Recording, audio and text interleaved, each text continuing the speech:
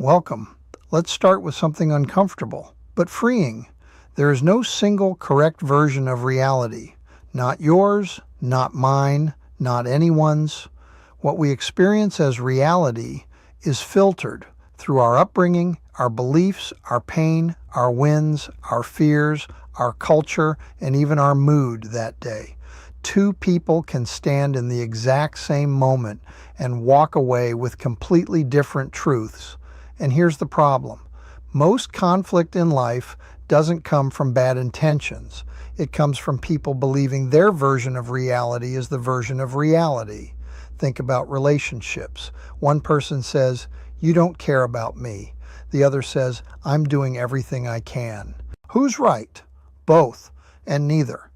Because each person is speaking from their reality, their expectations, their emotional needs, their interpretation of actions. The issue isn't always that someone is wrong, it's that no one is stepping outside their own lens. And that's where growth begins. When you realize your perspective is valid, but incomplete. Someone else's perspective can feel wrong, but still be real. Truth is often layered, not absolute. This changes everything. It makes you less reactive, more curious, more powerful. Instead of saying, "That's not true," you start asking, "Why does it feel true to them?" That question alone can save relationships, elevate leadership, and deepen your understanding of the world. Now let's take it deeper. Your reality is shaped by patterns. If you've been let down before, you may see distance where none exists. If you've had to fight for everything, you may see threats where there are none.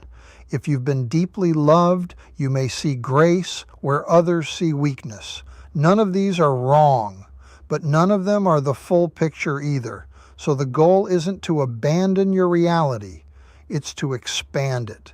To hold your truth without needing it to cancel someone else's. Because the moment you insist that your perspective is the only correct one, you stop learning, you stop connecting, you stop growing, and ironically, you move further away from truth. The strongest people aren't the ones who are always right. They're the ones who can say, "I see it differently, but I'm willing to understand how you see it." That's not weakness. That's awareness. That's emotional intelligence. That's leadership. So the next time you feel misunderstood or frustrated or certain that someone else just doesn't get it, pause.